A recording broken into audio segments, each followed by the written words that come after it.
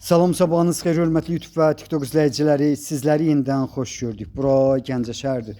Gəncə şəhərində Gəncə dəmir yolu vağzalına çox yaxın bir ərazidə mənə deyilənə görə hardasa 3-4 torpaqda bir böyük salı, bir böyük otağı, bir kiçik otaq olan, bax qarşıda gördüyünüz belə bir həyət ev kirayə verilir.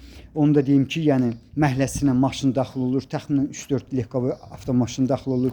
Böyük darvazası var. Qarşıda siz baseynisini görürsünüz, 4 tonluqdur, 2 tonluq su bakı var yuxarıda. İndi hamamını göstərirəm sizə. Stil sistemi 2 minutqadır, hamamı bax bu cür vəziyyətdədir. Ancaq mənə deyilənə görə yaxın aylarda evin içərisində də hamam olmalıdır. Yəni orada hardasa 3-ün 4, 2,5-ın 4-də bax belə bir mini otaq var. İndi evə daxil oluram.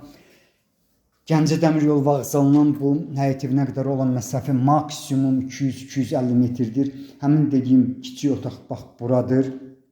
Bax kiçik otaqda olan əşyalar siz görürsünüz.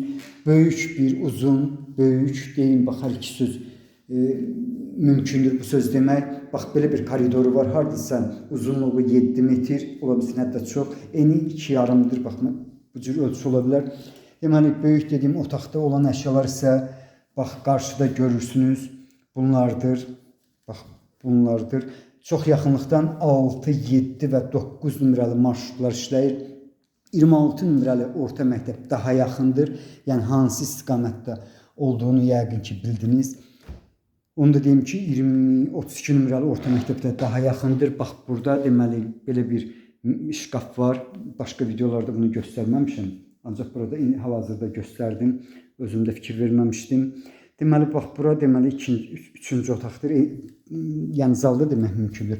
Həmin evin içərisində olan hamam bax bu gördüyünüz qapının arxasında olacaq. Hal-hazırda orada təmirlidir, ancaq hamam quraşdırılmayıb. Yaxın aylarda mənə deyilənə görə bax həmin deməli orada hamam quraşdırılmalıdır.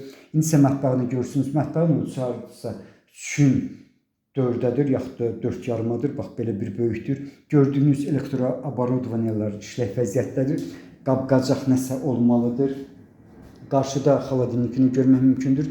Deməli bu həyət evinin kirayə haqqı belədir. Birinci ay 300 manat, ikinci aydan 270 manat. Əgər burada yaşayan şəxslər, yəni ailəni nəzərdə tuturam, uzun müddətli qalarsa evə, yəni danışıqlar əsasında internet və kommunal xətlər deməli bu sözü bu cür deyirlər. Mən də bu cür deyirəm, yəni pulsuz olmalıdır.